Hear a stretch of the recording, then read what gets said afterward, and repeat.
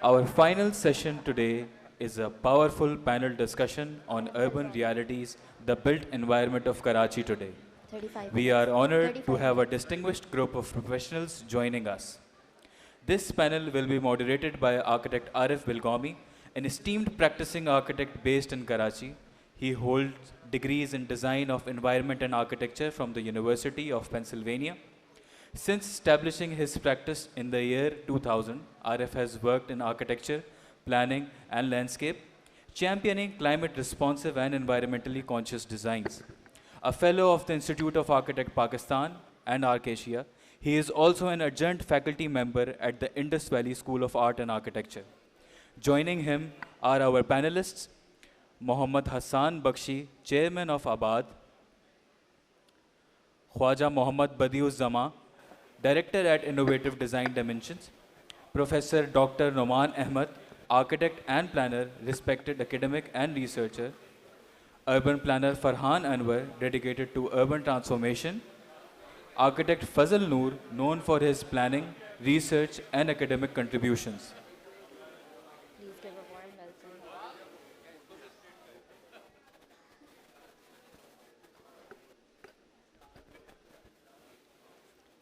यार क्यों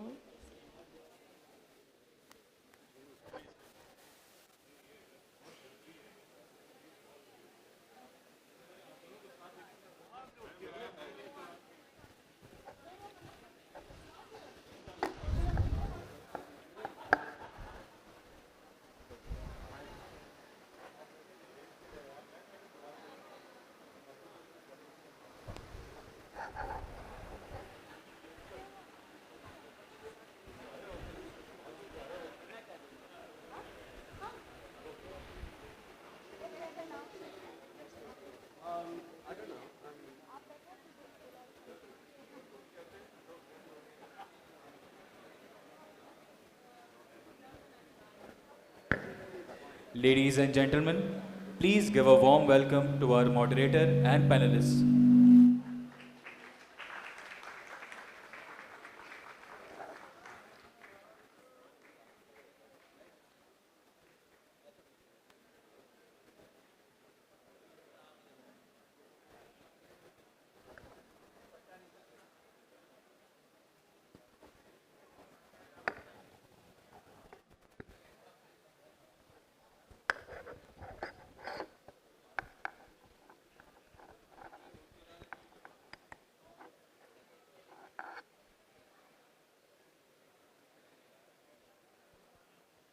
Your choice. Your risk and cost.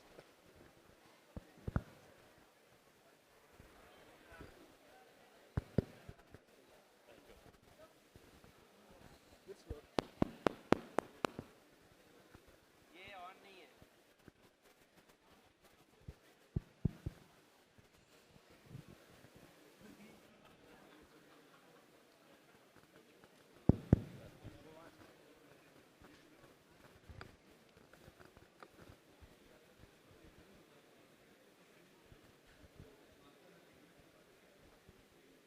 Okay.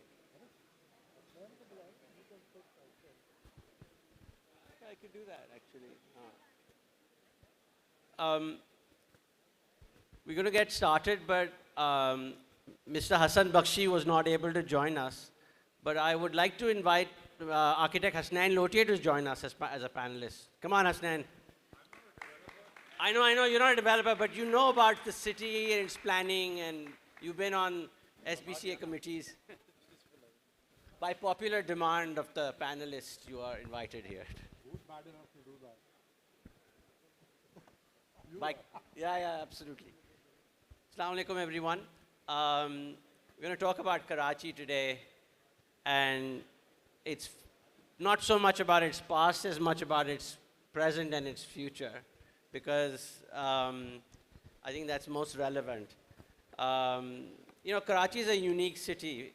In all of Pakistan, it's the only city that I can think of that is multi-ethnic and representative of Pakistan as a microcosm. We're growing rapidly.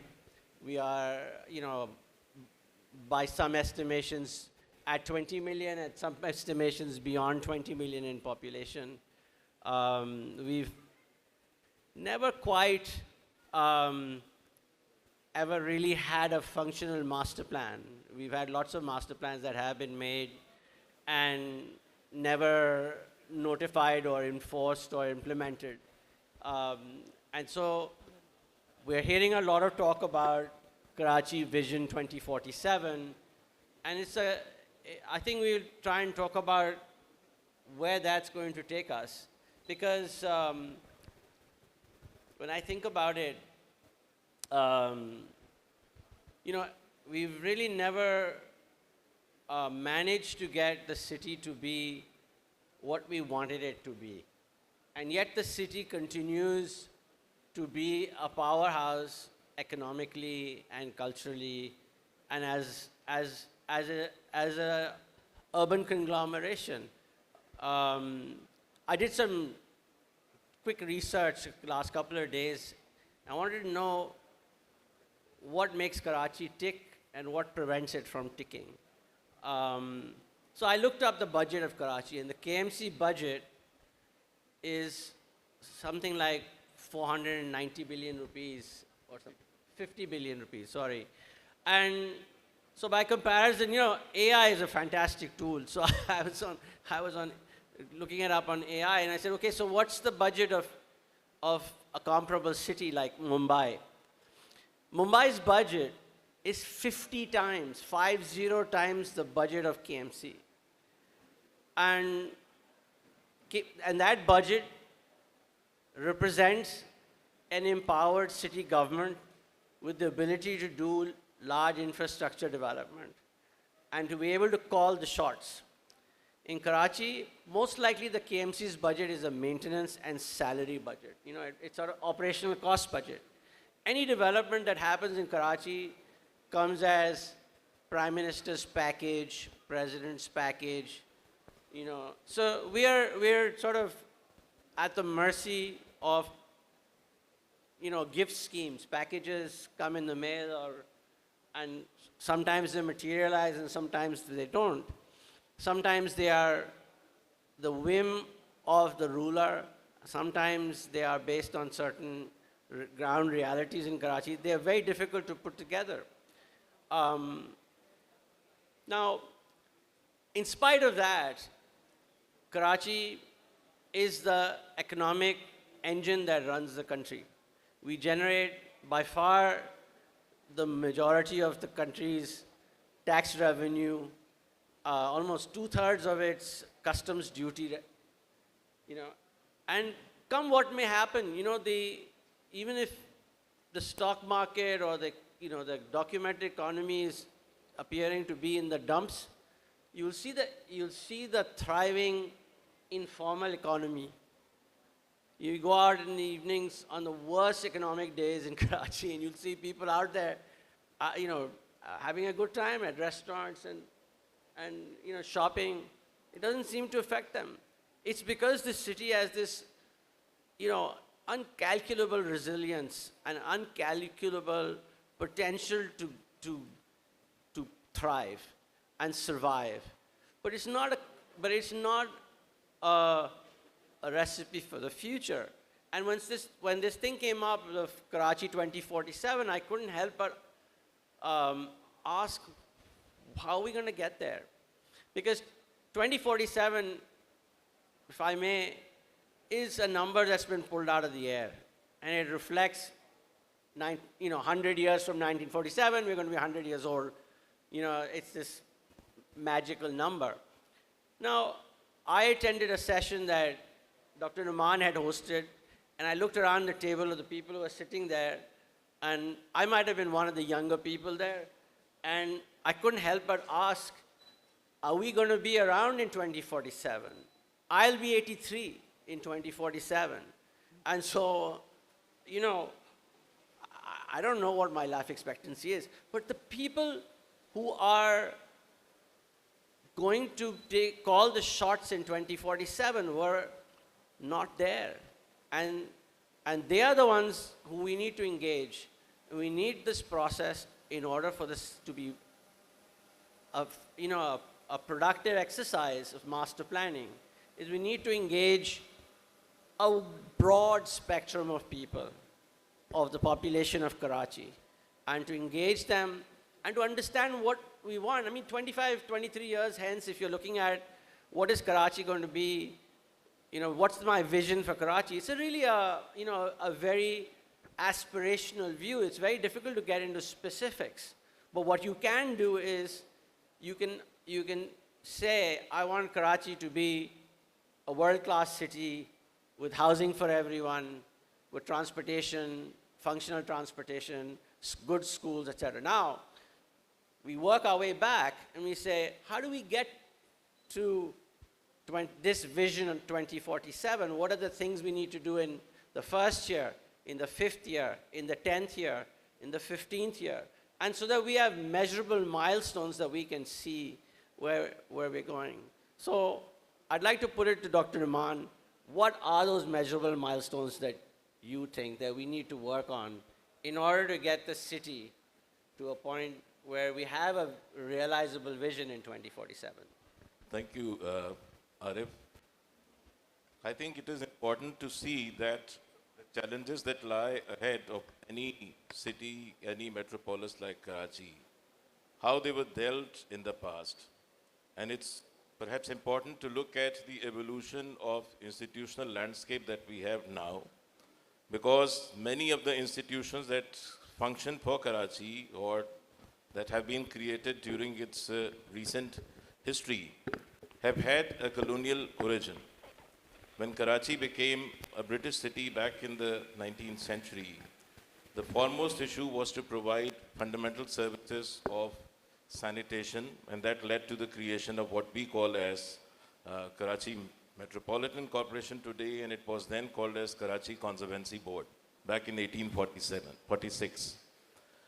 The city was divided, and that was a reality that remained for a sizable period of time. There was a European city that had a different outlook to life, different range of infrastructure, amenities, and other attributes.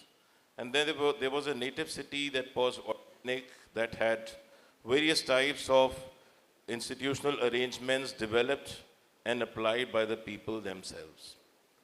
Broadly speaking, if you look at Karachi of today, same division applies. There are neighborhoods, places, locations where certain type of common tasks are undertaken by certain institutions, provided with certain mandate, resources, and obviously the capacity to address those challenges. But then there is a sizable number of people existing in various locations within Karachi and its periphery, who in most of the cases deal with their day-to-day problems of urban life entirely by themselves. And for undertaking that, they have developed organizations, informal institutional arrangements, and mechanisms of negotiation with the different components of the state. Now, in most of the discourses and attempts to develop a city vision or any kind of planning attempt for the future, we often look at the deficiencies and challenges that the so-called formal part of the city faces, but do not necessarily take into account the life and struggles of the ordinary people or the people who are not necessarily served by formal institutional arrangements. Interestingly, the overall scale of the informal domain of the city is expanding and expanding faster than what we call the formal sector or the formal range of settlements and locations. So there is a schism, and that this schism has to be taken into account whenever we take any specific step in coming up with a specific plan. Now, on another dimension I would like to bring to discussion is that there are various discussions and obviously demands made for the creation of a plan. A plan is important because that provides you with a path and obviously a destination to achieve by undertaking several types of steps and by mobilizing certain range of resources. But a plan can only become meaningful when the plan is prepared through collective wisdom and will of the people. If the plan is driven by a select group of interest and is also drawing resources that are not necessarily regulated, then that becomes a huge challenge for any city to manage. Sadly, this is what has happened for cities like Karachi, that the interventions that have been made are not necessarily regulated or driven by the local need. The current planning attempt that you talked about is nothing different. It's a linear process. There was a process of consultant selection, there was a drawing up of terms of reference, there was assignment of various type of tasks, there were performance milestones laid down, and some fine day we will learn that a plan has been prepared and put before the authorities concerned. Plan requires or development requires regulation, and the regulation has to come from the society, and it has to be a performance-based regulation and not necessarily a prescriptive regulation that we find in our city. We have an authority, I'm sure we will talk more about it, that is given the task of regulating development.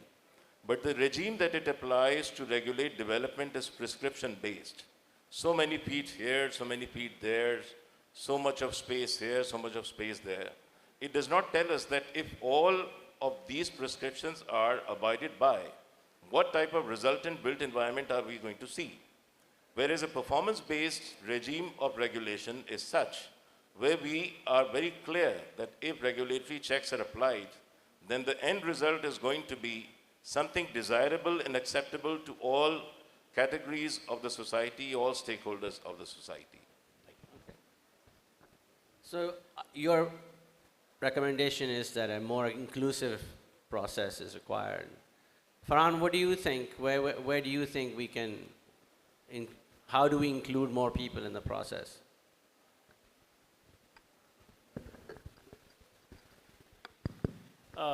Thank you, Arif.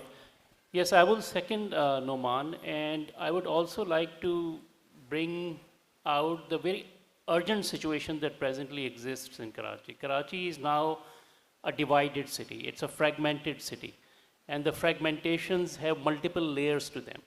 People are divided along ethnic lines. They are divided along religious lines.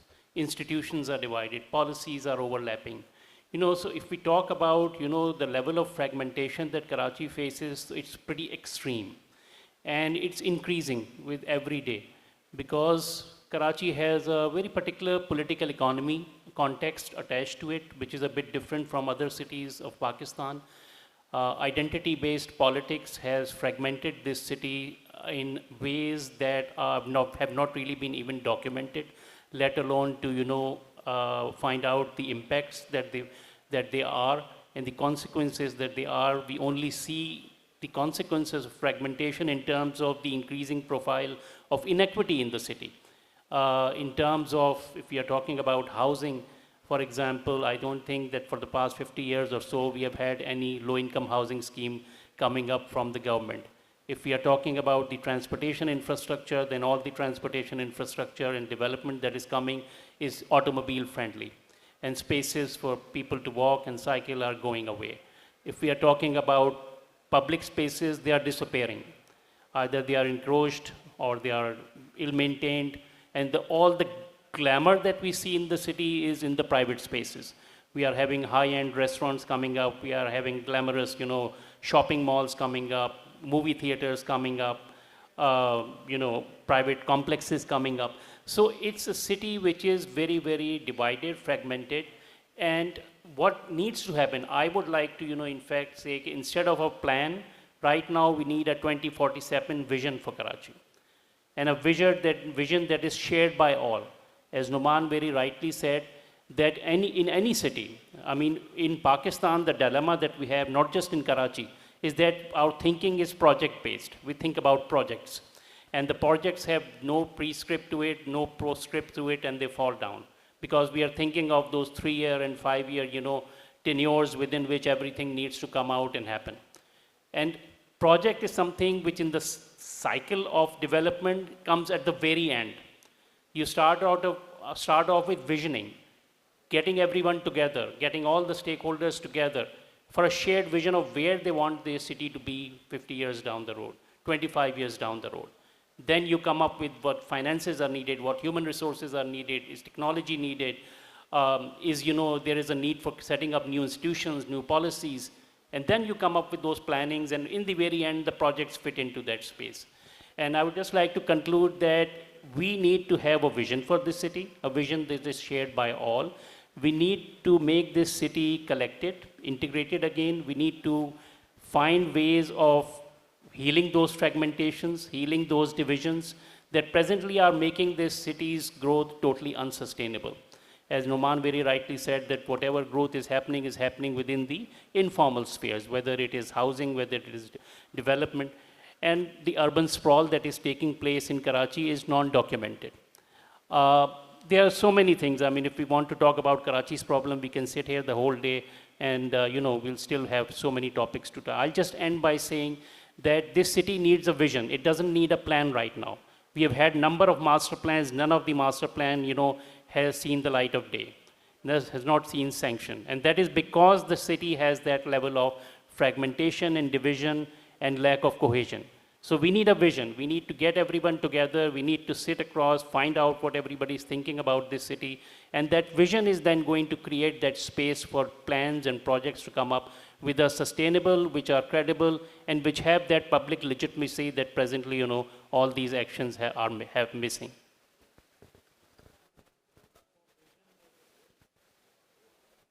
So, Fazal, what do you think about the vision that we need to have for the next 25 years? बिस्मिल्लाहिर्रहमानिर्रहीम। कराची में रहने की एक वजह यह है कि यहाँ उर्दू बोली जाती है। अगर कराची में उर्दू ना बोले तो हम एक दूसरे को समझेंगे ही नहीं। ये ज़बान का अपना मिजाज है।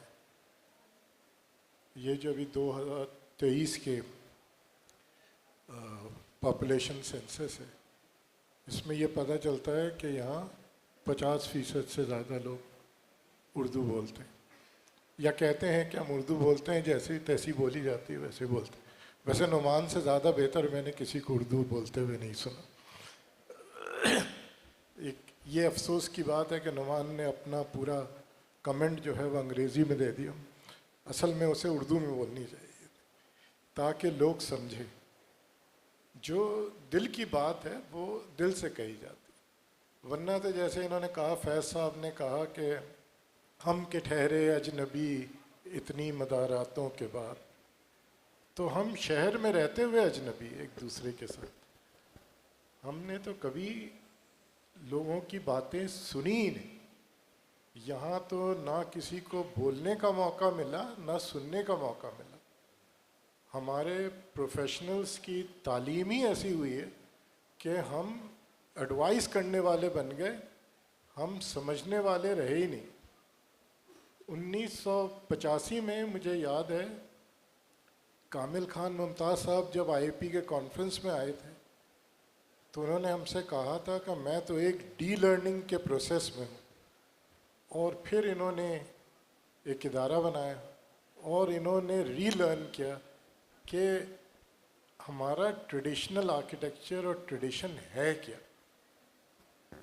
जब तक हम इस ट्रेडिशन से नहीं जुड़ेंगे, हम जो अंग्रेज़ी बोलने वाले लोग हैं, जब तक तो ये शहर फ्रैगमेंटेड ही रहेगा। हमें जो बात शुरू करनी है वो ये कि अगले 5 साल में हम कितने एक दूसरे को समझ सकें। अगले 5 साल बाद आप समझिए कराची 300 साल का हो जाएगा। पाकिस्तान तो एक 2047 में 100 साल का होगा, मगर कराची तो 2029 में 300 साल का हो जाएगा। और हम उसके लिए सेलिब्रेशन के लिए क्या कर रहे हैं? हमें तो सेलिब्रेशन करनी है ना इसकी, कि हम शहर को सजाएं, शहर को बनाएं, वो एक ऐसा मकाम बने कि दुनिया भर से लोग आए और देखें कि ये शहर है, ये बंस रोड है और ये जो है वो सदर है। अभी पिछले दिनों यावर जिलानी साहब चले गए शायद। यावर जिलानी साहब के साथ मिलके हमने बोरी बाज़ार का एक क्या कहते हैं स्टडी किया। हमारे स्टूडेंट्स शायद यहाँ है या नहीं है, समर बैठी हुई है, समर से लीड कर रही थी। तो बोरी जो है वो यहाँ कहते हैं हम 1839 से आए हुए हैं, मगर इतने पुराने हैं नहीं वो तो आए हुए हैं कोई कच्छ में फेमाइन हुआ था उसके बाद यहाँ आए और अंग्रेज़ों के साथ आए हैं, उसके हुकूमत में आए हैं और उन्होंने आके एक बहुत अच्छा कारोबार सेटअप किया। और कराची हकीकतन ट्रेडर्स और मर्चेंट्स का शहर है।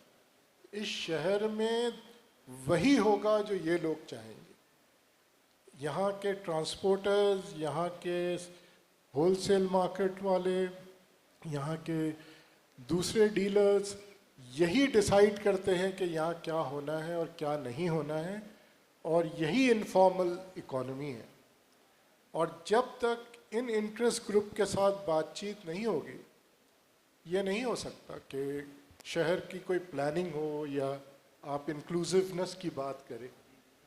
हाँ, आज भी जैसे देखें ना, बिल्डर्स एंड डेवलपर्स तो आए नहीं, तो वो तो बात ही क्या होगी। अब तो हम आर्किटेक्ट्स ही बैठे एक दूसरे के साथ बात कर रहे हैं, तो हम आपस में बात करके तो कुछ ज़्यादा नहीं कर सकते।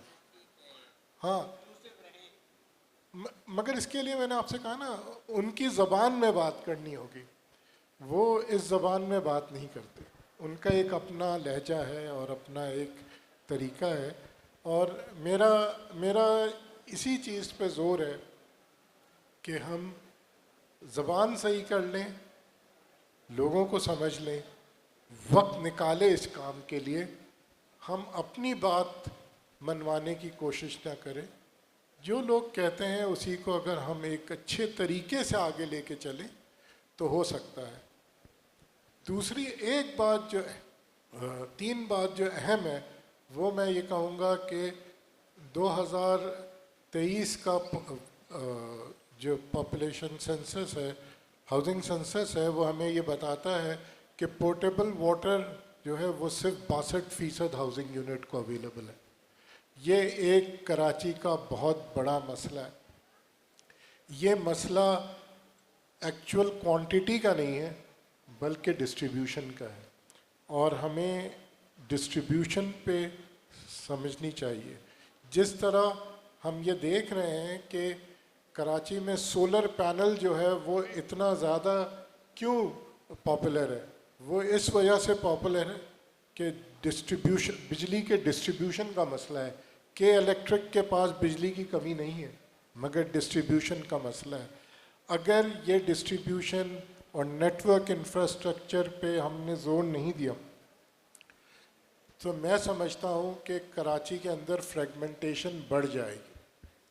और आपने एक बात कही कि मुंबई का बजट जो है वो इतना ज़्यादा है। मुंबई में डीएचए नहीं है। आप जब केएमसी का बजट देखते हैं तो आप डीएचए का बजट नहीं देखते। आप और भी कराची के दूसरे इदारे इंस्टीट्यूशन हैं, उनके बजट्स नहीं देखते। कराची के अंदर पैसे की कमी नहीं है, कराची के अंदर फिलॉन्थ्रफी की कमी नहीं है, एंटरप्रेन्योरशिप की कमी नहीं है, कराची के अंदर लीडरशिप की कमी है। कराची के अंदर कोई रफ़ीक आज़म नहीं है जो खड़े हो और कहे कि मैंने ये करना है। आप छोटी छोटी चीज़ें करें। डॉक्टर अख्तर हमीद खान हमेशा कहते थे कि पूरा शहर एक साथ नहीं बसाया जा सकता, we have to build islands of hope.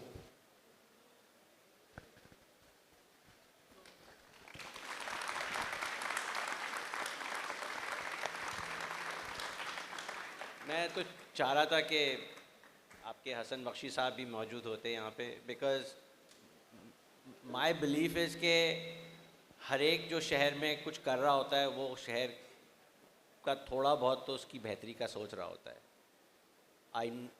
I don't see anybody as necessarily 100% negative. या Okay, you see, at the core of what is going wrong with the development in the city is that, I mean, I'm an urban planner, and in urban planning, we consider land as a social asset. Yeah. You know, whatever land uses you associate with a parcel of land should be for communal benefit. Now, over a period of time, and this is not just unique to Karachi, it has happened in many cities in developing world, is land has been commodified. Yeah. Now, whatever use that you are associating with land has to, you know, bring you profits, you know. And so because land has been commodified, that is why these particular type of land uses that you are seeing proliferating in the city. Absolutely. You know, whether it's related to housing or recreation, and public spaces are just totally disappearing. Well, we are getting into this unlimited public-private partnership policy, right? So, Badiuzzahman Sahab, आप बताएं, how do we bring things Assalamualaikum. back from the commodification of land? बहुत बहुत शुक्रिया। जैसे माशाल्लाह आपने नौमान साहब ने आपने बहुत बेहतर तरीके पे अच्छे अपनी रिकमेंडेशन दी हैं, उससे बेहतर तो मैं नहीं दे सकता, लेकिन मेरा सिर्फ अर्ज़ यही है कि जो मैंने एक्सपीरियंस देखा है, कराची स्ट्रेटेजिक डेवलपमेंट प्लान बना 2020, उसको प्रॉपर इम्प्लीमेंट ही नहीं किया। हाँ, असल में इशूज़ इम्प्लीमेंटेशन का। आपने बहुत अच्छी स्ट्रेटेजिक प्लान बना लिया, बहुत अच्छा है, एजुकेशन, इंफ्रास्ट्रक्चर, लैंड यूज सब कुछ है, लेकिन इम्प्लीमेंटेशन नहीं है। तो ये इम्प्लीमेंटेशन से मुतालिक जब तक सारे इदारे उसको लेटर एंड स्पिरिट में इम्प्लीमेंट नहीं करेंगे, वो कामयाब नहीं होगा। अनफॉर्चुनेटली हमारे साथ हमारा तजर्बा यही कहता है कि हम लोगों में इत्तेफाक नहीं है, हमें इत्तेफाक होना चाहिए। अब जैसे शहर के लिए एक स्ट्रेटेजिक प्लान बना, फिर उसके बाद उन इलाकों में जिनको आइडेंटिफाई नहीं किया था हाई डेंसिटी के लिए, डेंसिटी के, वहाँ पर नए नए प्रोजेक्ट, नई नई स्कीमें आनी शुरू हुई। तो वो जिन लोगों ने भी किया, तो वो स्ट्रेटेजिक डेवलपमेंट प्लान के बाहर हुआ सब कुछ। तो इस तरह से तो जब तक हम सब तैयार हो जाएं कि भाई जो भी हमने बनाया इस पर लेटर स्पिरिट में इम्प्लीमेंट करेंगे, तो फिर तो कामयाबी की उम्मीद है। तो ये हमारा तजर्बा है कि स्ट्रेटेजिक डेवलपमेंट प्लान जो है हमारे सामने हमने देखा है, चाहे हमारा डिपार्टमेंट ही उसमें शामिल है, हमने भी जिस तरह से लैंड यूज़ को मिसयूज़ किया है या बिल्डिंग रेगुलेशन को जिस तरह से वायलेट किया है, हमारे सामने ये सारी बातें हुई हैं। और ये हमारी सिर्फ बदकिस्मती है कि हमने शहर को मैंने अपनी ज़िंदगी में शहर को बहुत अच्छा देखा है। गार्डन जमशेद कॉर्डर में मैं खुद रहता था, बहुत अच्छा था। आज मैं जाता हूँ तो मुझे सिर्फ पारसी कॉलोनी के अलावा सब तब्दील हो गया, तो उसकी करैक्टर्स चेंज हो गई। तो सर मेरा अर्थ सिर्फ यही है कि जो भी रिकमेंडेशन हो, जो भी बने 2047, उसको लेटर इन स्पिरिट में इम्प्लीमेंट होना चाहिए। लेकिन चेंजेस तो मास्टर प्लान में डेवलपमेंट्स आते हैं, देयर वाज अंडरस्टैंडिंग के हाई राइज डेवलपमेंट पे जाना चाहिए, जो भी उसकी लॉजिक थी उसको फॉलो थ्रू किया नहीं किया वो देखने की बात है। मसला ये होता है कि a lot of times कोई चीज़ मास्टर प्लान में या बाई लॉज के चेंज में आती है, उसके बाद बहुत सी चीज़ें होती हैं जो उसको क्या कहते हैं, उसको तंगड़ी दे रही होती हैं। They are trying to make it fail, because right now for example बहुत से एरियाज़ हैं जहाँ सिंगल फैमिली होम्स हुआ करते थे, बंगलोज होते थे, उनकी जगह अब हाई राइजेज़ आ गए हैं। उसके साथ जो मास्टर प्लानिंग होनी चाहिए थी वो नहीं हुई। आपने चलें सड़क खोद के पानी की लाइनें डाल दी, सूरज लाइन अपग्रेड कर दी, अगर कर दी, but where are the schools, where are the markets, where are the mosques, parks, recreational areas, hospitals, the amenities that are meant to support a much huger population। जहाँ पहले 1000 गज के प्लॉट में एक फैमिली रहती थी, अब शायद 50-60 लोग रहते हैं। तो वो how do we get at that? Hasnan, perhaps you can talk about this because you've been so you've been a proponent of high-rise construction, I think. You've invited me here in place of Hassan Bakshi. Yeah, I know. So I don't know what I'm supposed to say.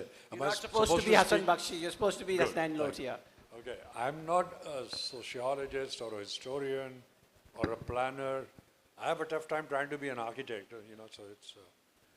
but, master plans, development schemes, we've been doing them. I'm sorry, I'm very cynical about the whole situation, being a Karachiite.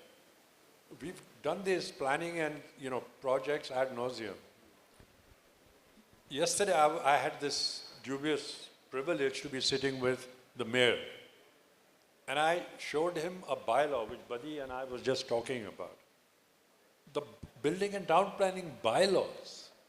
There is a bylaw which says, okay, you can build FAR of 1:5.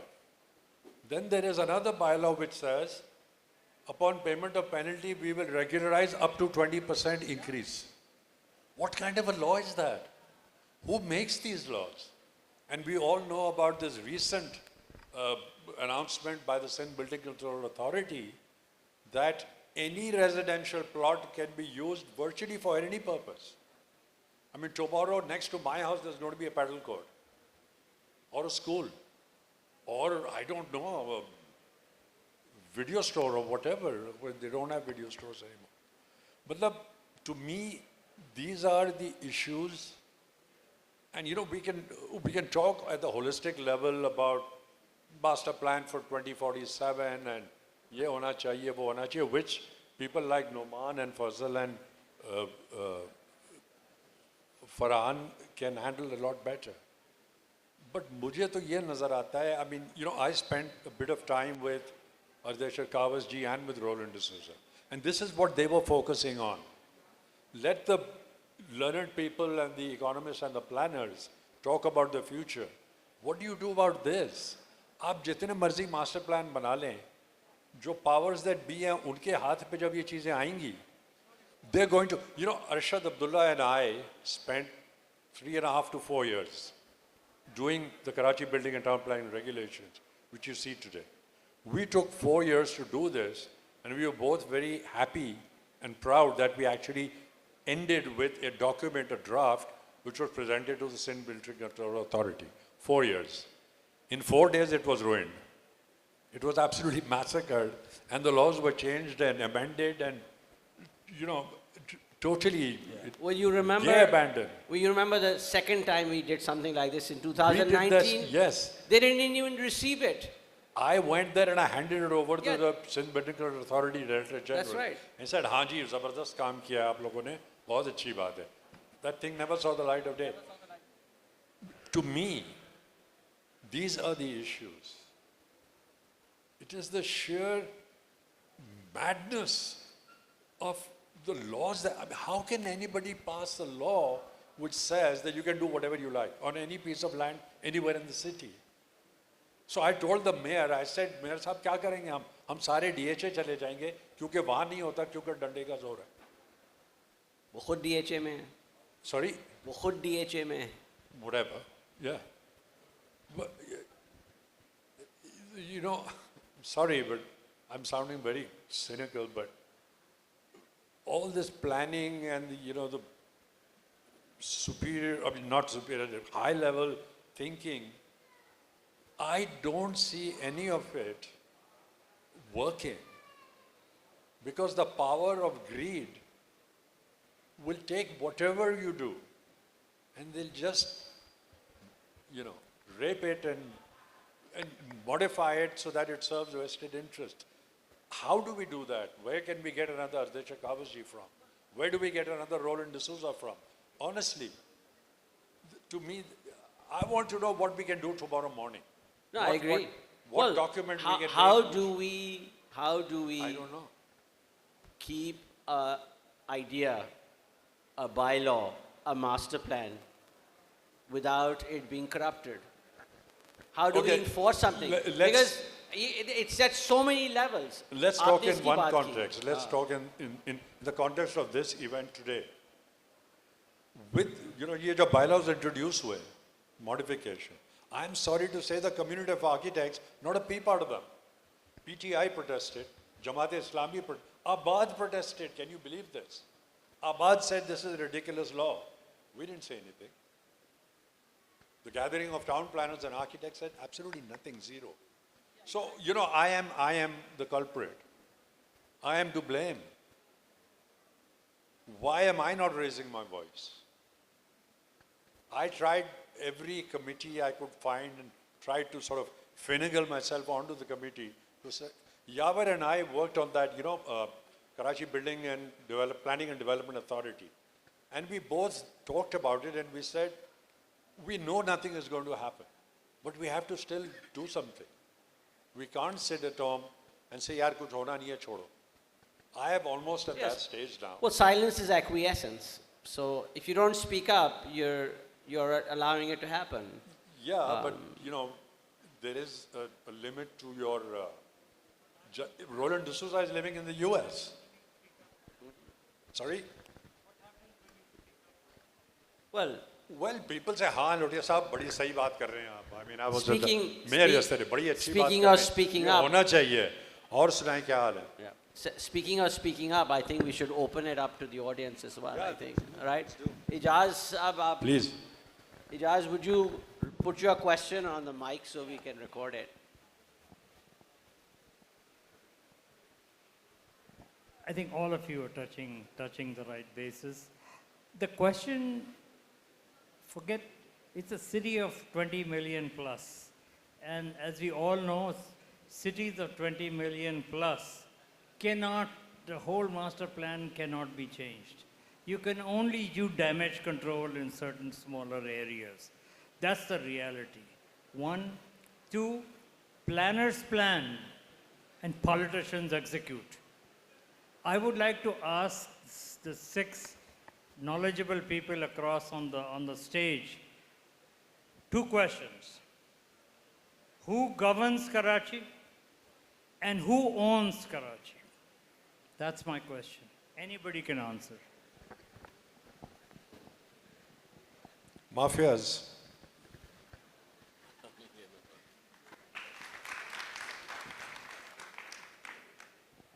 I think if you talk about the overall legal landscape, then it is the government of Sindh.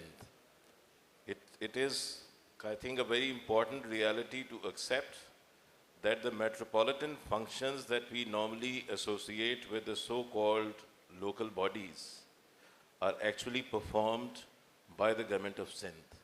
The principal decisions related to new development initiatives, city management, changes in the rules, regulations, revenue system, taxation, allocation of new lands for any kind of land use change, all of it happens under the overall supervision and consent of the government of Sindh. Karachi is a very interesting city when you compare it with other cities. It is more than 1/3 of Sindh. Although if you look at the overall contribution in its legislative affairs, that strength is not visible. So the decisions that are taken in Sindh legislature do not necessarily take into account the challenges that Karachiites actually face. That's one particular issue. The other issue is that after 2010, this grip of the province on the city has increased many times more because of the fact that after the passage of 18 constitutional arrangements, there has been a windfall accumulation of revenue with the provincial governments, at least 10 times more. The development budget of Sindh government in the year 2010 was something like 550 million rupees. Now they end up getting twice as more, even perhaps far greater. So if you just compare the amount of money the center is delegating to the provinces, it's enormous. But one does not see that revenue spent the way it should have been. That's one critical question. The other issue that Karachi continues to face is the articulation of its metropolitan boundaries. No one knows where Karachi begins and where it ends, especially when you go along the eastern corridors or the northeastern corridors of the city. There was this very unfortunate judgment of the Supreme Court passed on the 4th of May 2018, in which Bahria town was legalized. And by legalization, they have set a precedent that if you are capable of committing a highway robbery of an astronomical scale, you can go scot-free. But if you are able to build a story in extension to your very small scale abode, someone will come and demolish it, terming it as an encroachment. So that is, I think, a big dilemma that we face, that the various types of post facto attempts of regularization of anomalies have created a trend that is picking up very fast. Alongside the south of Karachi, Karachi's coastline is obliterated along the same lines. The pristine public urban land is being transformed into private property right under the eyes of the same authority that has given this trust to look after the coastal affairs for the benefit of the public. So I think these are some important issues to be looked at. मैं एक बात कहूँ, मैं समझता हूँ कि कराची जो है एक कंटेस्टेड सिटी है, कोई एक ग्रोह या माफिया नहीं है जो इसे ओन करता है। माफिया के भी अपने टर्फ वॉर्स हैं and it is a violent turf Wars जिसके दरमियान हम ज़िंदगी गुजारते हैं। आपकी गाड़ी चोरी हो जाए, आपका मोबाइल चोरी हो जाए, आपके पैसे चोरी हो जाए, कोई एक ग्रोह नहीं है जो कराची में ऑपरेट करता है। देयर आर मैनी जो ये काम करते हैं और ये एक दूसरे के साथ एक झगड़े में भी है और इनका मफाद भी एक ही है। अब ये हसनैन लोटिया साहब को हमने यहाँ बैठाया बिल्डर माफिया की तरफ से, मगर ये कुछ कह नहीं रहे। बिल्डर माफिया का, अब बिल्डर को माफिया कहते हैं मगर बिल्डर तो खुद कुछ नहीं है ना, उसे भी तो कोई पैसे इन्वेस्ट कर रहा है, वो किसी के पैसे पे वो लगा रहा है, वो कहीं लेबर कॉन्ट्रैक्टर को इस्तेमाल कर रहा है। हम जो आर्किटेक्ट्स हैं वो भी तो उसी माफिया का हिस्सा है, हम भी तो उसे डिज़ाइन बना के दे रहे हैं, फीस ले रहे हैं। तो अगर सिंध बिल्डिंग कंट्रोल अथॉरिटी भी उस माफिया का हिस्सा है तो वो क्यों बुरा हो गया, है ना। सो हर शोबे में एक माफिया है, मगर माफिया के लोग मुख्तलिफ शोबे में भी वही है। सो लिहाजा ये शहर एक कंटेस्टेड शहर है। इस कंटेस्टेड शहर के अंदर ज़िंदगी गुजारना जो है वो आसान है, बिकॉज जो गैप है इन माफियाज के दरमियान उसमें हमें जगह मिलती है मैन्यूवरिंग की। और जब हम काम करते हैं एज अ प्लानर तो हम एक टेक्निकल तरीके से एक मफाद को सर्व करते हैं। जैसे इन्होंने कहा ना कि इन्होंने बिल्डिंग बायलॉज बना के दे दिए, सो इनको तो उस वक्त भी पता था ना कि 4 साल हम काम करेंगे और बिल्डिंग बायलॉज बनाएंगे तो उसका क्या हशर होने वाला है। इन्होंने पहले के मास्टर प्लान्स भी तो देख लिए थे, पहले के बायलॉज भी तो देख लिए थे, फिर इन्होंने ऐसा किया क्यों वक्त अपना बर्बाद किया? क्योंकि हम हर वक्त ये समझते हैं कि एक होप रहना चाहिए, एक उम्मीद रहनी चाहिए।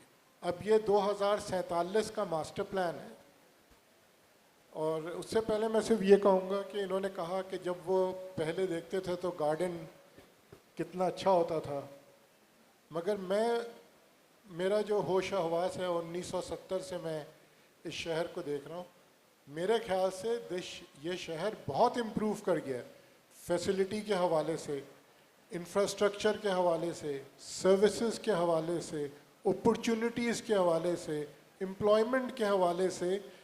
This has improved. ये जगह जहाँ हम बैठे हुए हैं ये 1970 में क्या था आप मुझे बताएं? ऐसा एक फैसिलिटी नहीं थी उस वक्त। And all this improvement is there despite the increase in population, despite the inefficiency of the government। ये सारी चीज़ें इम्प्रूव हुई हैं। 1947 के मास्टर प्लान पे मैं सिर्फ ये बात कहूँगा कि हमें वो बहुत दूर लगता है, मगर एक्चुअली वो दूर नहीं है। ये जो 1998 के पॉपुलेशन में जो यूथ बूम की जिक्र किया था, ये वो यूथ बूम है जो 2045 में सीनियर सिटीजन्स होंगे। This city at that time will not need educational institution as much as health institutions. Already हमें health institutions की ज़रूरत है। If there is one thing that city will need to prepare for are health institutions. Given the pollution, given the climate change, given the disasters, we will need very good health efficient. मेरा vision ये है कि by 2040 or even 2045, we should have good health services, affordable health services.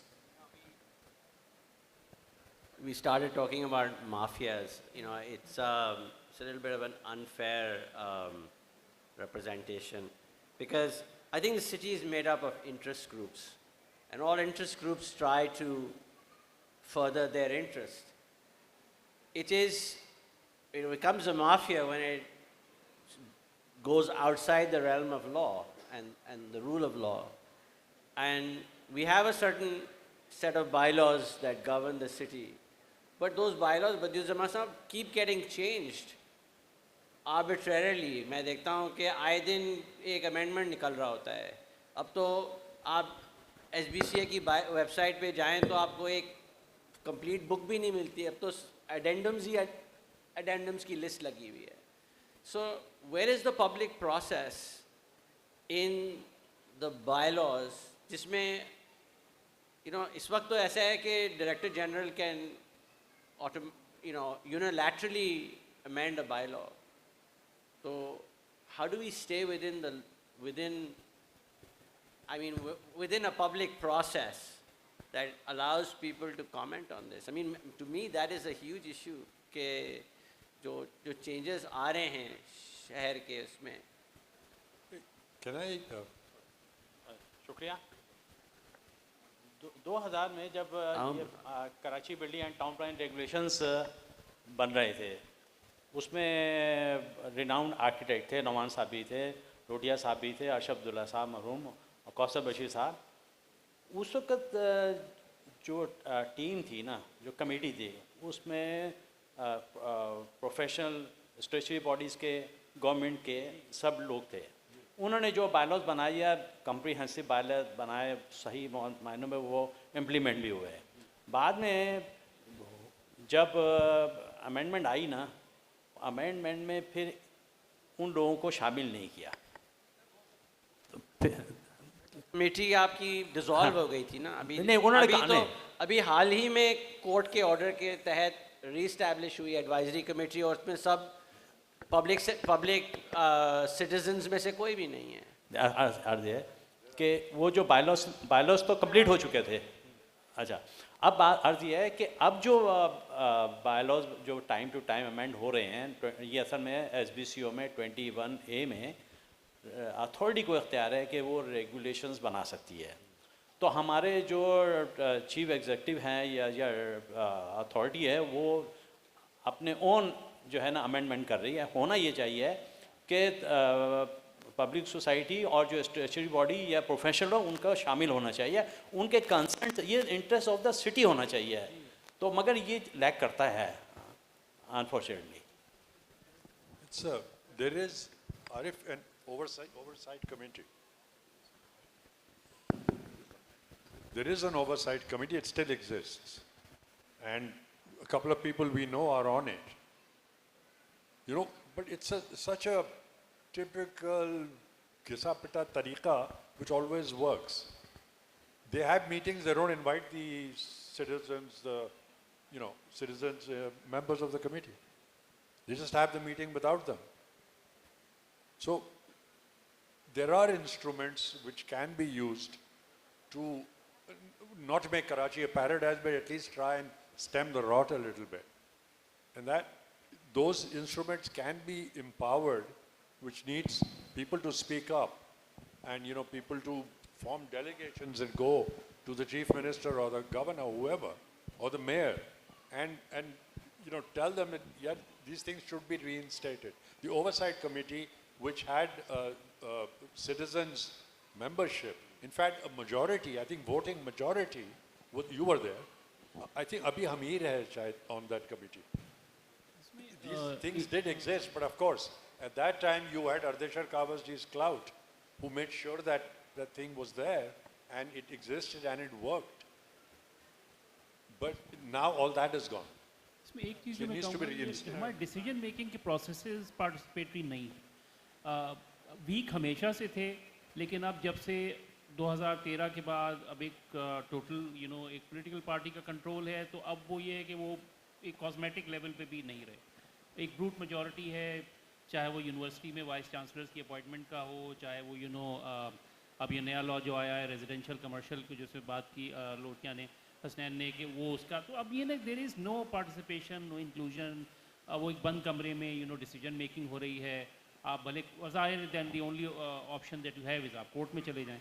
Week हमेशा से था, जैसे मैंने 2003 में हमने एक देखा था कि कमर्शलाइजेशन ऑफ रोड्स की लेजिस्लेशन आई थी, और उसका जो असर हुआ है, जिस तरह से उसने शहर को डिग्रेड किया है, उस एक लेजिस्लेशन ने, वो बयान से बाहर है। मैं खुद एक PCHS ब्लॉक 2 के एक एरिया में रहता हूँ जो उसको सफ़र कर रहा है। ये अल्लामा इकबाल रोड और ये आपकी ये सर सैयद रोड, ये सारी कमर्शलाइज हो गई और रिबन कमर्शलाइजेशन हुई। उस ज़माने में नुमान भी थे कमेटी में, ये प्रपोज़ किया गया कि भाई अगर कमर्शलाइजेशन करनी है शहर में, ज़ाहिर होनी चाहिए, तो उसके तरीके होते हैं, ब्लॉक कमर्शलाइजेशन होती है, लेकिन वो रिबन कमर्शलाइजेशन की गई और जिसको वो अब सीप करके अंदर जा रही है विदाउट एनी प्लानिंग। और अब ये है कि हम नया लॉ देख रहे हैं जिसके ऊपर बात हो रही है। The only way left is आप कोर्ट में जाएँ, वहाँ पे भी नहीं है। सो आई थिंक वही डिसीजन मेकिंग के प्रोसेस बिल्कुल अब कॉस्मेटिक भी उसका एलिमेंट चला गया in terms of participation and inclusivity. Sir कानून आरिफ जी लॉज और बनाने की ज़रूरत ही नहीं है। आई थिंक इम्प्लीमेंटेशन पे आप क्या कर सकते हैं बता दें। Yeah, and public participation. We have a question in the back.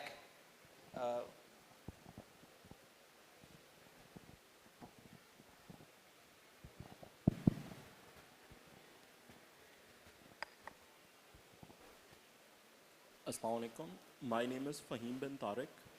और अभी डॉक्टर नुमान और जो है फरहान अनवर साहब बहुत अच्छी बात कर रहे थे कि कराची में फ्रेगमेंटेशन बहुत एक्सट्रीम हो चुका है।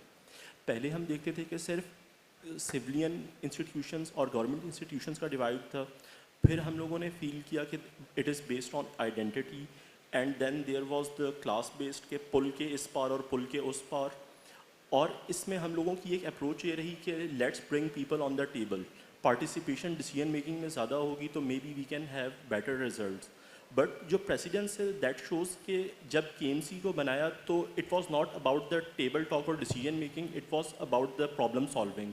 सैनिटेशन की प्रॉब्लम सॉल्व करने के लिए KMC के लिए लोग गेट टुगेदर हुए।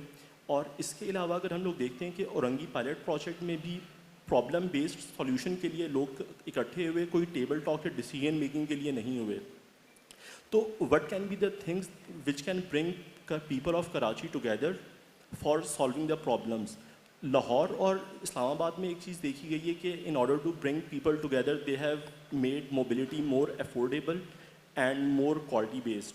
सो उसकी वजह से ये है कि different classes, different identities travel together, interact together and they get an opportunity to know one another अदर, और उसकी वजह से they are trying to solve the issues and divide को क्लोज कर रहे हैं। But what can be the option that Karachi can use and a disagreement. Fazal sahab कह रहे थे कि कराची में things have improved, so in case of mobility things have not improved. Karachi had the most affordable mobility in the old edges, और इस वक्त कराची में अगर आप ट्रैवल करते हैं तो मिनिमम किराया मेरे ख्याल से तो गवर्नमेंट बस सर्विस इसका इज़ अराउंड 80 रुपीज़, और इसके अगेंस्ट लाहौर में it is 20 rupees for the speedo, and they also have a next level train service, और उसका मैक्सिमम किराया इज़ अराउंड 45 रुपीज़, और अगर आपको 2-3 स्टॉप ट्रैवल करना है तो इट इज़ अराउंड 25 रुपीज़। तो आई वाज जस्ट आस्किंग कि लाहौर और Islamabad have use mobility as a solution, तो what are the possible common grounds और the connectors that Karachi can use in order to bring different communities, identity and the class based people together? Thank you.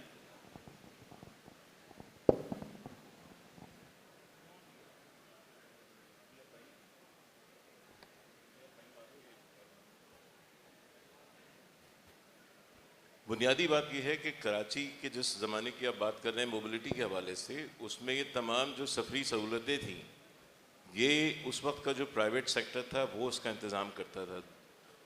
उसमें आपके इल्म में होगा कि 2 modes of mobility जो थे वो बहुत आम थे और शहर के कोने कोने को कनेक्ट करते थे। कराची की बड़ी बसेस थी जिनको हम आम पब्लिक बस कहते हैं, और एक कराची की मिनी बसेस थी जो कि 70 के अवाखिर में और फिर अर्ली 80s में बहुत पॉपुलर हो गई। और इनके आपस में कंपटीशन ज़्यादा होने की वजह से जो इनका फेयर लेवल था वो बहुत कम था, लेकिन हुकूमत इनको इस तरह से फैसिलिटेट करती थी कि इनके रूट्स जो थे वो तकरीबन हर उस कोने में जाते थे जहाँ इंसानी आबादी होती थी, और इसकी वजह से जो सो कॉल्ड हमें फ़िज़िकल डिफरेंस इस वक्त नज़र आता है नॉर्थ और साउथ का, वो शायद उस वक्त इतना वाज़े नहीं था। अब मोबिलिटी ख़ास तौर पे इन 2 मोड्स में तो बहुत कम हो गई। कराची की जो पब्लिक बसेस की तादाद आज से 20 साल पहले थी, इस वक्त वो उससे कम होकर 10% रह गई, और ये ख़ुद हुकूमत के अपने आदाद व शुमार हैं। तो ये नई बसेस जो आपको नज़र आई हैं जो सरकार चला रही है, ये मेरा ख्याल है कि एक टोकन कंट्रीब्यूशन मोबिलिटी में दे रही हैं, क्योंकि ये सरकार अपने खर्च से खुद चला रही है और ये तरीक़ेकार कभी भी सस्टेनेबल नहीं होता। और हम कराची की हिस्ट्री में भी और दूसरे शहरों की हिस्ट्री में भी ये बार बार देख चुके हैं। आपको याद होगा कि कराची में एक लाल रंग की बस चला करती थी जिसको कराची ट्रांसपोर्ट कॉरपोरेशन चलाती थी, और वो कुछ औकात में यूनिवर्सिटीज़ और तालीमी इदारों को पॉइंट सर्विस भी फराहम करती थी। 1996 में उसको बंद करना पड़ा क्योंकि उसमें जो लॉसेस थे और लीकेजेस थी वो इतनी ज़्यादा हो गई कि सरकार उसको चला नहीं सकती। ये हैरानकुन बात है कि उन्हीं रूट्स पर जो प्राइवेट बसेस चल रही थी वो सब की सब ऑपरेशनल थी, इसलिए कि एक साजगार माहौल था जो उस सर्विस को फराहम कर रहा था। तो इसमें मुख्तसरन मैं अर्ज़ करूँ कि जो ट्रांसपोर्टेशन और मोबिलिटी की सर्विसेज हैं, इसमें जो प्राइवेट सेक्टर है वो आज भी ये सर्विसेज फराहम करने के लिए ख्वाहिशमंद है, लेकिन वो हुकूमत से और हुकूमती इदारों से सिर्फ 3 चीज़ों की दरख्वास्त करता है। पहली चीज़ तो ये है कि उनके पास जिन लोकेशंस के ऊपर बसेस को फाइनल डेस्टिनेशन के ऊपर खड़ा करने के लिए टर्मिनल स्पेसेस होते थे, वो टर्मिनल स्पेसेस बहाल कर दिए जाएँ और उनको दे दिए जाएँ। इस शहर में अभी भी तकरीबन 33 ऐसे बस टर्मिनल स्पेसेस हैं जो कराची ट्रांसपोर्ट कॉरपोरेशन के लिक्विडेट होने के बाद शहर ने इनहेरिट किए हैं। खुशकिस्मती ये है कि इस पर अभी तक डेवलपर्स की नज़र नहीं पड़ी है, लिहाजा वो अपनी असल शक्ल में मौजूद है, लेकिन ये कैफियत ज़्यादा अरसे नहीं रहेगी। आप इससे अंदाज़ा कर लें कि एम्प्रेस मार्केट का टर्मिनल भी अभी मौजूद है, बट कल क्या होगा नो वन नोस। दूसरी चीज़ ये है कि ट्रांसपोर्टर्स हमेशा इस बात की डिमांड करते हैं कि उनके लिए जो रूट्स हैं उनका टाइम ड्यूरेशन तय कर दिया जाए। जब से ये 2 नए प्रोजेक्ट्स हमारे शहर में आए हैं, ग्रीन लाइन BRT और रेड लाइन जब भी बन रही है, हुकूमत ने बग़ैर कोई एडवांस नोटिस दिए रूट परमिट्स कैंसिल करना शुरू किए। सिर्फ नॉर्थ नाज़ाबाद के इलाके में उन्होंने 16 बसों और मिनी बसों के रूट्स कैंसिल किए। तो किसी भी ऑपरेटर के लिए ये एक बहुत बड़ा शौक होता है कि जिस जगह वो काम कर रहा है आप उसको वहाँ से बेदखल कर दें। तीसरी चीज़ ये है कि उन्होंने इस बात के लिए बारहा हुकूमत से दरख्वास्त की है कि जो कमर्शियल क्रेडिट मार्केट है, अपने फ्लीट को अपग्रेड करने के लिए उनको जो रियायती मॉर्टगेज रेट्स पे कर्ज़ों की फराहमी है वो यकीनी बनाई जा सके। सारी दुनिया के अंदर पब्लिक ट्रांसपोर्ट ऑपरेटर्स को कर्ज़े फराहम किए जाते हैं, लेकिन हमारे जो ऑर्डिनरी प्राइवेट ट्रांसपोर्टर्स हैं वो इससे इसलिए महरूम है कि उनके पास वो सरमाया नहीं होता जिसकी बुनियाद पर उन कर्ज़ों को वो एक्सेस कर सकें। तो ये चंद चीज़ें हैं जो कि खासी काबिल अमल हैं, लेकिन अगर उन पे सही तवज्जो नहीं दी जाएगी तो ये मसला मज़ीद संगीन हो जाएगा। Any question? Anyone else? I would just like to make one this comment. ये जो ट्रांसपोर्ट की जो इम्प्रूवमेंट है ना, इसमें मैं सिर्फ ये कहना चाहूँगा कि मैं इसको इस तरह देखता हूँ कि कराची के अंदर जितनी मोटरसाइकिल और कार ओनरशिप है इतनी इस मुल्क में कहीं और नहीं है। दूसरी बात, पब्लिक ट्रांसपोर्ट की जो सहूलत पहले मैसर थी मिनी बस और प्राइवेट बसेस की सूरत में, वो मेरे ख्याल से हम आज के चिंची और रिक्शा के उससे कंपेयर नहीं कर सकते। फिर जो पहले टैक्सीज चलते थे हमारे यहाँ, उसको हम आज के इन ड्राइव और ऊबर के सहूलत से कंपेयर नहीं कर सकते। आई थिंक ये एक ट्रांसफॉर्मेशन है and this is a transformation for the better. अगर हम ये समझते हैं कि हम बस उसी तरह रहे और ऊबर भी ना हो और कराची में इनड्राइव भी ना चले और कराची में सिर्फ सब्सिडाइज ग्रीन लाइन चले, तो मेरे ख्याल से इस शहर के लिए ये मुमकिन नहीं है। अच्छा सर, अभी आपने बोला कि लोकल बसेस की डिस्ट्रीब्यूटर को अगर हम एकदम से हटा दें तो बहुत बड़ा इम्पैक्ट पड़ेगा, बट हम एज अ गवर्नमेंट ये तो कर सकती है कि जो लोकल बसेस हैं उनका वो मयार मेंटेन करे जो कि गवर्नमेंट बसेस की होती हैं। जैसे अभी रेड बसेस का जो मयार है, एसी बसेस हैं, चलें अगर एसी बसेस नहीं हैं तो जो लोकल बसेस हैं, मिनी बसेस, उनका वो मयार हो सकता है कि जो कोने कोने में जाती हैं, मतलब शहर के कोने कोने में वो बसेस जाती हैं, तो वो मयार तो हम दे सकते हैं कम से कम गवर्नमेंट के। बाकी अगर वो बड़ी बसेस भी चला रहे हैं तो छोटी बसेस को भी वो मयार मिलना चाहिए। ऐसा ना करें कि डिस्ट्रीब्यूटर को बिल्कुल हटा दें, बट उनके पर एक लॉ तो बनाया जा सकता है कि वो मयार मेंटेन करें। इसमें एक चीज़ में देखिए, कौन करेगा ये डिसीजन ना? जब हम ट्रांसपोर्टेशन की बात करते हैं, सेक्टर की कितने इदारे हैं जिनके दरमियान ये चीज़ बटी हुई है? मोबिलिटी को अगर हम लें, ठीक है ना, एक इदारा हो जो इसमें पॉलिसी हो, प्लानिंग हो, इम्प्लीमेंटेशन हो। अगर मैं आपको सिर्फ एक ये बीआरटी, अगर आपको पता है, बहुत से शहर में रहने वालों को तो बीआरटी का पता ही नहीं था, वो तो जब सारी यूनिवर्सिटी रोड खुल गई तो पता चला। ये बीआरटी के अंदर हमारी 5-6 लाइनें हैं, ग्रीन लाइन और रेड लाइन और ऑरेंज लाइन और कोई लाइन का एक दूसरे के साथ कोई कंपैरिजन नहीं। ग्रीन लाइन जो है वो फर्स्ट जनरेशन डिज़ाइन है जो अर्ली 1970s में आया था, जिसमें आपसे को पॉइंट ए से पॉइंट बी सिर्फ बस पहुंचा देगी and that's all. Red line is a third generation design जिसके अंदर मल्टीपल आपके वो पॉइंट्स हैं जहाँ से आपको एक दूसरी बस पिक करेगी, कहीं और ले जाएगी। आखिर वो ग्रीन लाइन जो यूज़ कर रहे हैं उनका क्या कसूर है कि उनको फर्स्ट जनरेशन डिज़ाइन मिला और रेड लाइन वालों को, एरिया वालों को थर्ड जनरेशन मिला?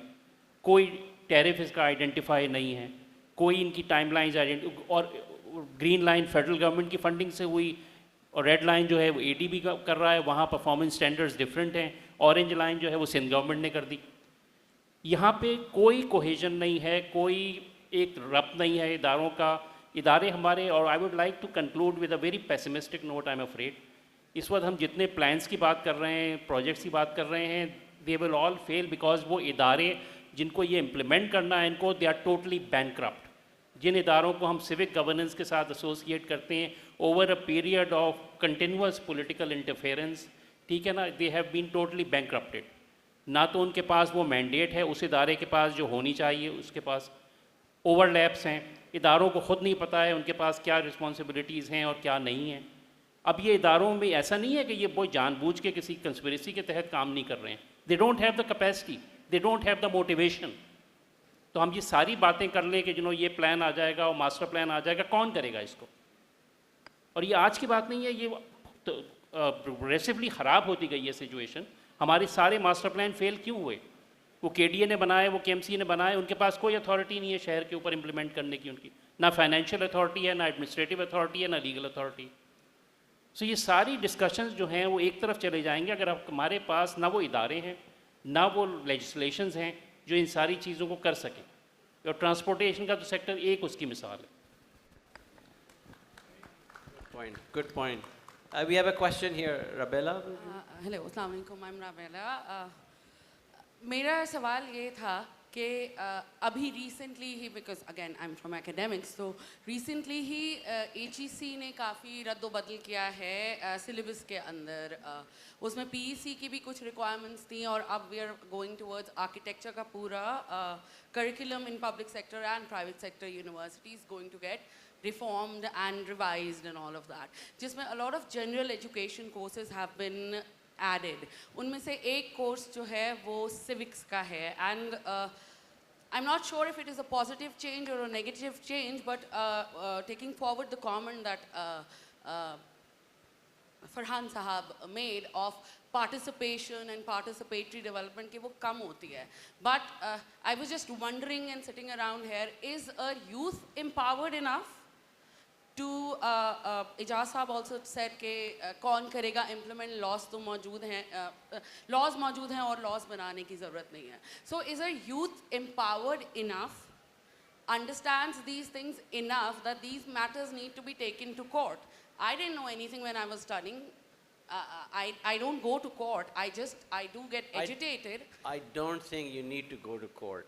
Or I like think create that's some kind the of an problem in the educator, system, because when the only way, sorry, finish your question. Can I complete? Yeah, the thing is that either go to court or create an agitation so that the government gets mobilized them around. But because these people, they have their aspirations are different, and then we are facing the largest brains of our time. So they get a degree from accredited institutions, and all they want is to go abroad and run away from there. So they're not empowered enough, understanding it enough. So will this changes sort of bring in some kind of a change within the within the youth? Can we respond to it? Yeah, please.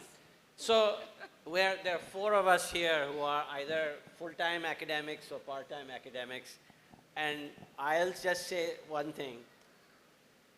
The need to go to court is a sign of the dysfunction of the system. If the only way you can engage with your elected representatives to catch their attention is to go to court, then there's something seriously wrong in the system. However, I will say that the youth needs to be involved and engaged and not just be complaining. I talk to a lot of my students. Some of them will go out and get involved in various ventures, public sector engagement, and they will thrive in it. A lot of them have given up without trying. And I believe that until you get out there and see what there is that you can do, it may not be what you thought, but there is always something you can do. And I'll ask my other co-panelists to respond. I think regarding youth, I think the youth are full of hope. And that's what you see in the type of work and initiatives they take. I see large number of young people formulating solutions to some of the perennial problems in their own way, and obviously creating pilots, creating various types of implementable options, and in many cases they also succeed. The type of services that Fazal was mentioning, the dial-a-ride services for transportation, or the various other types of better life options that the youth have created using technology, I think they are all a manifestation of their creativity and resilience. And they are moving on a very fast pace on that count. No matter which background they are coming from, which discipline they have studied in their undergrad studies, or even if they have not studied anything at all. So that way, I think the good news is that the youth are motivated and undertaking initiatives on their overall stride. The challenge is that the type of enabling environment that we need to provide and the type of catalyst that we need to identify to help them out, they are missing. And they are missing it in a very conspicuous manner. That's where I think the role of the society and many of us who can contribute to create that enabling environment, that needs to be put in place. Fazal, aap bataएं, you've been working with your students in the public sector. भाई आप ही तो youth हैं आप ही youth हैं और ये शाजिया है फरियाल है ये आपके रिप्रेजेंटेटिव है इलेक्टेड ये भी यूथ है आप ही तो एम्पावर्ड हैं आप ही ये सब कुछ कर सकते हैं पीकेटपी से कहें ना माने इस बात को ये तो कोई ऐसी बड़ी मुश्किल सी बात नहीं है इसमें मैं नोमान से डिसएग्री तो नहीं करूँगा बट ये मैं ज़रूर कहूँगा कि ब्रेन ड्रेन भी बहुत हो रहा है I mean I am part of the academia I have been part of the academia for the last 15 years now and अभी मैं हबीब यूनिवर्सिटी में पढ़ा रहा हूँ and there is a lot of brain drain happening hope कम है future कम नज़र आ रहा है स्टूडेंट्स बहुत बाहर जा रहे हैं ठीक है ना और पहले वो हम जैसे ज़माने में बाहर जाके वापस भी आ जाते थे अब वापस नहीं आने का चांसेस हैं so I think we need to look at both sides yes youth अभी भी बहुत कुछ करना चाहते हैं they want that space to be created which जैसे नुमान राइटली सेड अभी एग्जिस्ट नहीं करती है but at the same time brain drain is something जिसको बहुत से लोग स्लो पॉइजन कहते हैं वो आपको पता नहीं चलता डॉक्यूमेंट नहीं हो रहा होता और suddenly you find you know आपके पास जो क्रीम थी जिसके ऊपर आपने इन्वेस्ट किया था सालों it's no longer there so I think हमें दोनों तरफ देखने की ज़रूरत है और उसके अंदर again I think what Karachi needs is a totally new architecture of governance. इस वक्त जो हमारा governance का जैसा भी अब इस वक्त architecture खड़ा है, it's not working, it's not going to work. अब वो कौन लेके आएगा, वो कैसे आएगा, उसके लिए एक public voice कैसे create की जाएगी, that's $1 million question. But for me, you know, working within the present system of governance that exists in this city will not lead us anywhere. We need a totally new vision for the city, a totally new architecture of governance, a total restructuring of how the city needs to run with clear roles designed for the government, for the private sector, for every. और एक चीज़ और मैं conclude करूँगा और कि देखिए दुनिया भर में public sector का role अब बदल रहा है. एक ज़माना होता था कि हम समझते थे सरकार सब कुछ देगा, हर चीज़ सरकार आपको दे रही है. It's no longer there. The government is now no longer the provider of all services, but it is the guarantor that all are provided for. और ये जो subtle shift जो आया है ना, इसके अंदर then you're opening up a number of opportunities for the private sector, for the civil society, for the communities to be a part of that process of governance. हमारे यहाँ वो नहीं हुआ है, and that needs to happen. इस city में, इसकी growth में, इसमें डेवलपमेंट में सबको काम करना है. और इसमें मैं थोड़ा बहुत अपना NGO और सिविल सोसाइटी का भी कहूँगा कि हम हमेशा प्राइवेट सेक्टर को बहुत बुरा समझते हैं. जहाँ कोई बात हुई, यू नो, फ़ौरन सब खड़े हो गए. दुनिया भर में इसको स्ट्रेटिजिकली आप कैसे लेवरेज कर सकते हैं इन फोर्सेस को. So I think this city needs a totally new architecture of governance where I mean despite everything इस वक्त पाकिस्तान में सबसे ज़्यादा लिटरेसी रेट इस जिस शहर में वो कराची है. इन सारी